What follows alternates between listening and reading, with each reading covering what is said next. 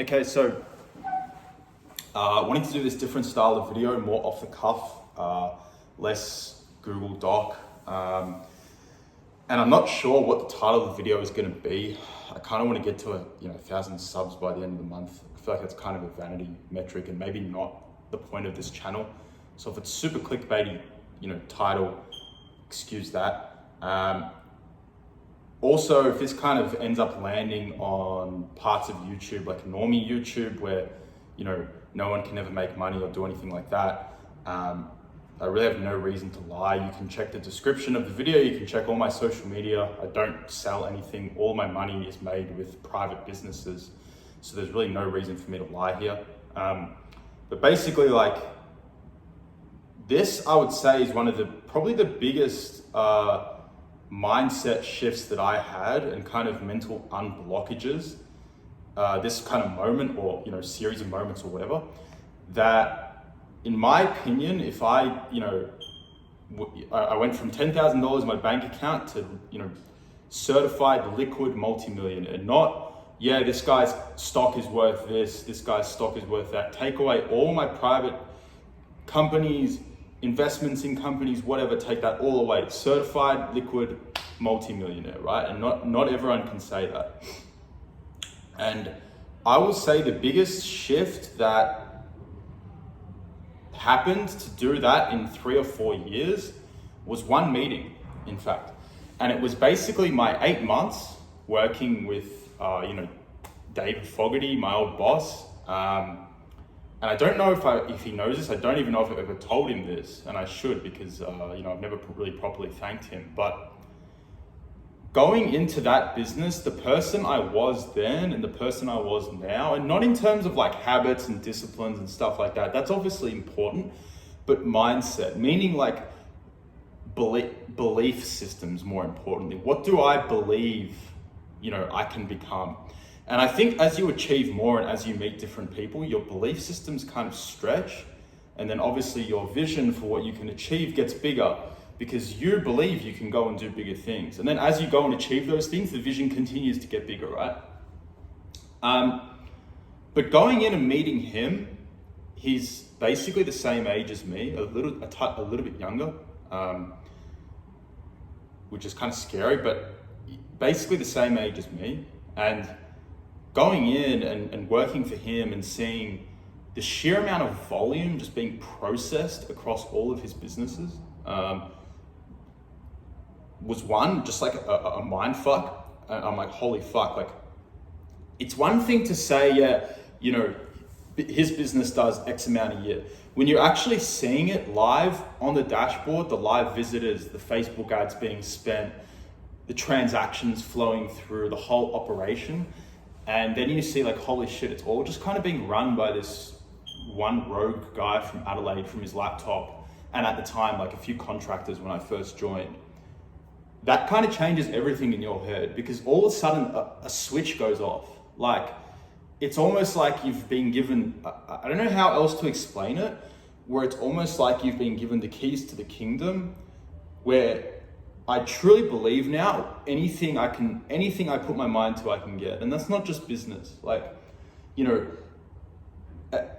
And I've been on both sides. Of course, there's the natural born entrepreneur, and I have friends like this where they were born shot out of the womb, torpedoed out by their mum, and they were born winners.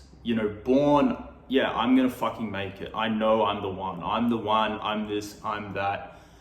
I didn't think I was ever like that. I don't think I wouldn't say I had confidence issues, but it's I just didn't think I was I always had an innate confidence that I would do good things. I will say that. I always had an innate confidence that things would work out well. But things working out well and doing amazing things and doing great are two very different things, right? So that I want to make a clear distinction. And when you experience that, it's again, that those keys to the kingdom are unlocked, because then all of a sudden you think, okay, I'm talking to this guy. He's just a regular person, but I'm seeing what he has built. Now, am I close to that now? No. can I get there? Fuck yeah, why not? Why can't I get there? Why can't I do that too? Why can't I go one better? Why can't I also build something else? So that to me was the biggest unlock.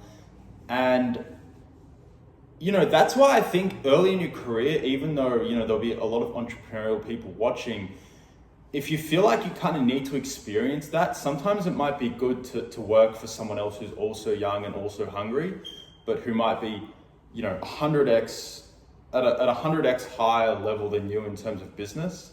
And probably for sport as well, for any kind of endeavor, to just talk to them and be like, oh, they're just a normal person.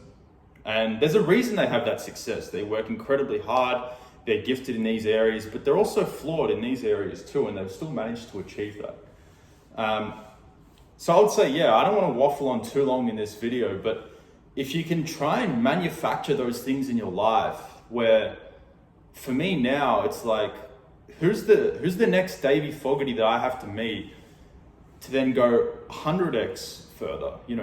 Does it have to be someone who's built a multi-trillion-dollar company? I don't know. Do I have to go meet Elon Musk or Bezos and be like, oh, they're just humans too, right?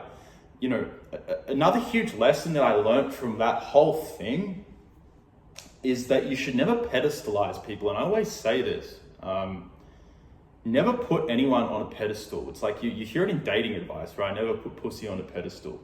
It's kind of the same with other business things. Of course, like, you see an athlete and they're achieving great things.